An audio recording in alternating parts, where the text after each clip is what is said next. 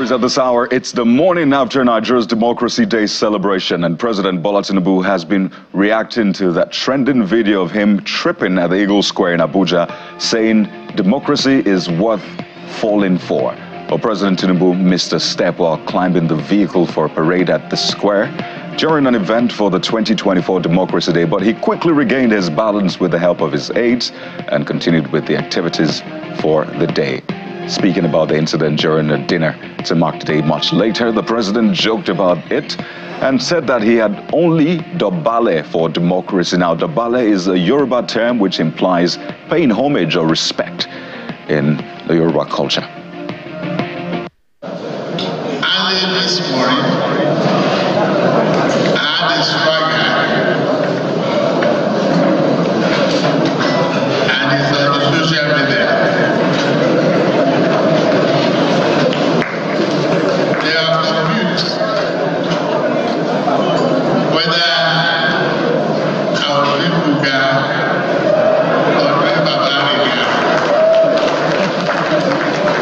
But it is a day to celebrate democracy. Why we dobale for the day? I'm a traditionally Yoruba boy.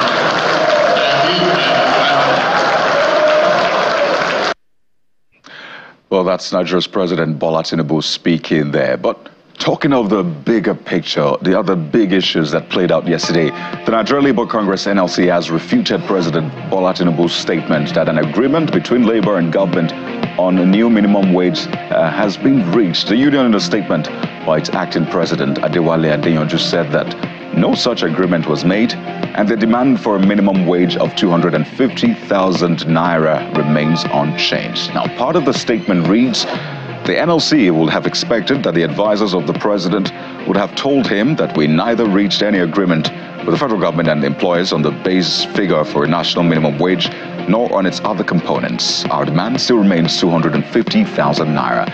The NLC adds that it has not received a copy of a document submitted to the president and will not accept any doctored document.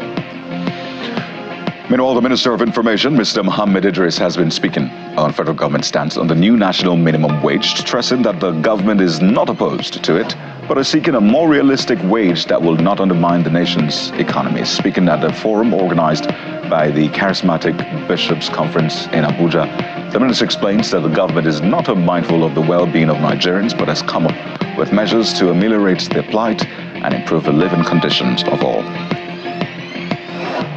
Now, ahead of the resolution of the crisis over the national minimum wage, a civil society group, Concerned Nigerian Patriots, is asking members of organized labor to desist from making what they call demands that will worsen the nation's economic challenges. Addressing a news conference in Abuja, the chairman of a group, Mr. Alpha Mohammed, says the demand by the leadership of organized labor is capable of threatening the nation's economic stability and democratic integrity. Now, there are ongoing discussions essentially about how the system of government has shaped our national life. And at the Platform Nigeria, which is a special program of a covenant nation in Lagos, speakers dissected the relations between democracy and the free market economy as it plays out in Nigeria. And among them, the Governor of Anambra State, Professor Chukwuma Soludo, former Speaker of the House of Representatives, Honorable Yakubu Dogara, and former Governor of Lagos State, Mr. Babatunde Fashola. During my time as Speaker as well, we were exploring the possibility of patronizing innocent mortals. But that time, I think they hadn't advanced to the level they have attained as of today. And I sat also as Speaker and said if I could convince the House to take my decision to patronize Peugeot when I was House Services Chairman, then there's no way I can now go for Camry or some other exotic models. We must buy Peugeot. And the reason was simply to give impetus to the fact that we must not only patronize made in Nigeria goods, we should take pride in what we produce, and we should sustain the livelihood of the Nigerian workers. Sometimes I wish that we will pay everybody minimum of 1 million. Okay? 2 million, 5 million even. I wish. But the reality is, you bring the numbers and put it on the table. I just said at the best of estimates I can get, unless something changes tomorrow, federal government's actual revenue will probably not exceed 17 trillion this year.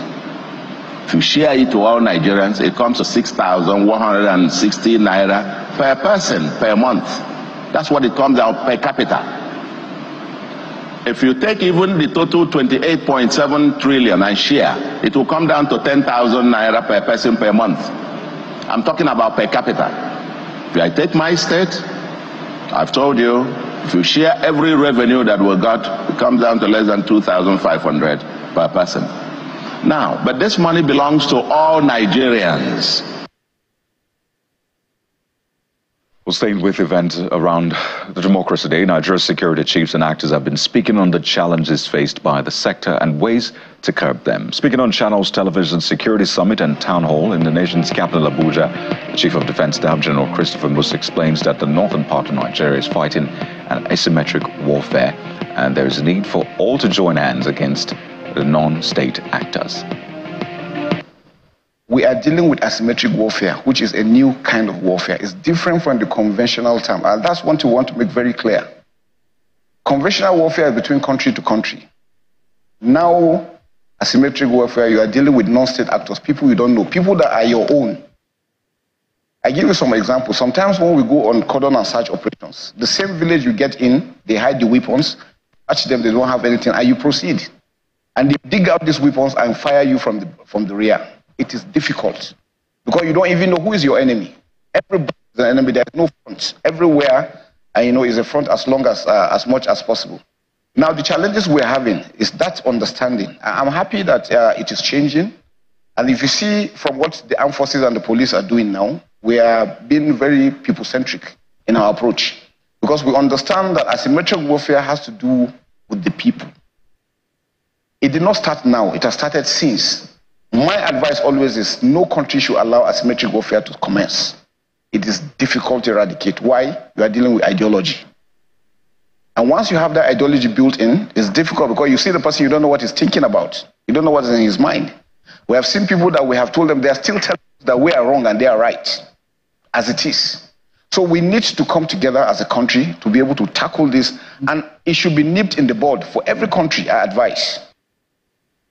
Well, the CDS speaking on the asymmetric nature of insecurity in Nigeria, but on his part, the Deputy Inspector General of Police Research and Planning, Mr. Dasuki Galadanchi, adds that the challenges faced by the police is not just manpower.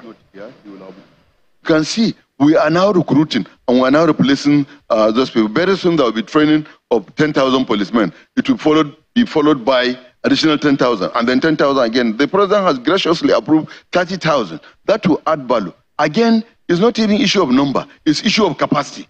And the IG had already identified that, and he has given that order. There is 3 days training, 5 days training, 7 days training. As I told you, we identify our local problems, use local solution, we solve it. And that is exactly what we are doing. Issue of funding, issue of lack of manpower, all is, by the way, what is it that we are doing now with the manpower that we have? And that is exactly what I told you we are doing, and it's yielding result. But that's not all. The governor of Zamfara State, Mr. Dauda Lawal, insists that if he's given full powers, he will end insecurity in the state in 2 weeks. Military, nor the police, or the civil defense. If we are really committed and we have the political will, all this issue of banditry, kidnapping, cattle rustling, and other form of insecurity, we can handle this within 2 weeks. And I mean it, and I still repeat it. If I have the power now, and if they're under my control, believe me, in 2 weeks, we'll be able to finish the issue of banditry and kidnapping in my state. There's no two way about it. And on to party politics now. The immediate past National Vice Chairman Northwest of the ruling All Progressives Congress APC, Mr. Saliu Lukman, has resigned from the party.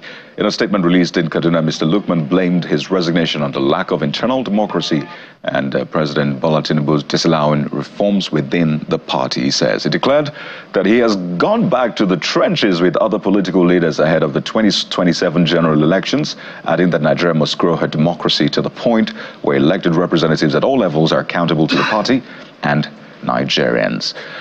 Well, let's talk business now. Economic think tank Financial Derivatives Company has forecast Nigeria's inflation to hit 34.32% in May, and that's from 33.69% in April, marking the fifth consecutive increase this year. Well, this projection comes as the National Bureau of Statistics scheduled to release May's inflation data this week. Food inflation is expected to rise to 41.2%, while core inflation will increase slightly to 27.2%, mainly due to currency pressures. And outside the country, U.S. Secretary of State Antony Blinken says Hamas has proposed numerous changes to a U.S.-backed plan for a Gaza ceasefire and hostage release deal, which currently hangs in the balance. He told reporters in Doha that some of the changes were workable and others were not, but that the U.S. and mediators, as Qatar and Egypt, will try to close this deal.